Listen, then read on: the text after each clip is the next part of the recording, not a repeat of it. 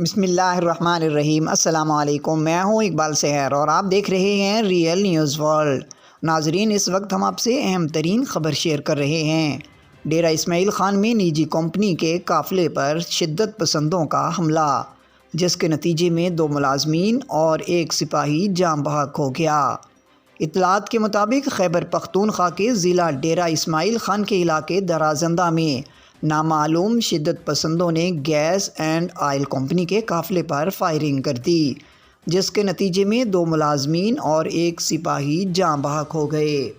ذرائع کے مطابق ضلع ڈیرہ اسماعیل خان کے علاقے درازندہ میں شدت پسندوں نے علاقے میں ترقیاتی منصوبے پر کام کرنے والی نجی کمپنی کی گاڑیوں پر فائرنگ کر دی، جس کے نتیجے میں 2 ملازمین محمد فیصل اور آصف کامران، جن کا تعلق کرک سے ہے، جاں بحق ہو گئے۔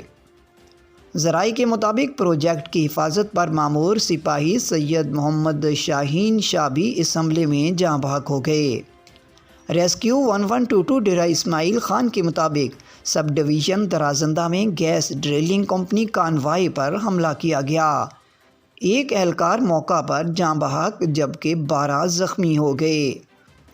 ریسکیو 1122 ڈیرہ اسماعیل خان کے ذرائع کے مطابق میڈیکل ٹیموں نے تمام زخمیوں کو درازندہ ٹائپ ڈی اسپتال منتقل کر دیا گیا۔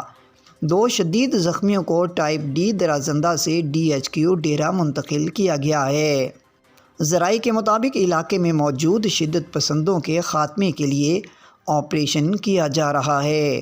مزید اپڈیٹ کے لیے ہمارے ساتھ وابستہ رہیں۔ اگر آپ نے ہمارے چینل کو سبسکرائب نہیں کیا تو پلیز کر دیجیے اور بیل آئیکن کو پریس کرنا مت بھولیے تاکہ ہماری نئی ویڈیو کا نوٹیفیکیشن بر وقت آپ تک پہنچ سکے۔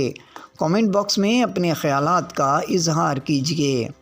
اللہ حافظ۔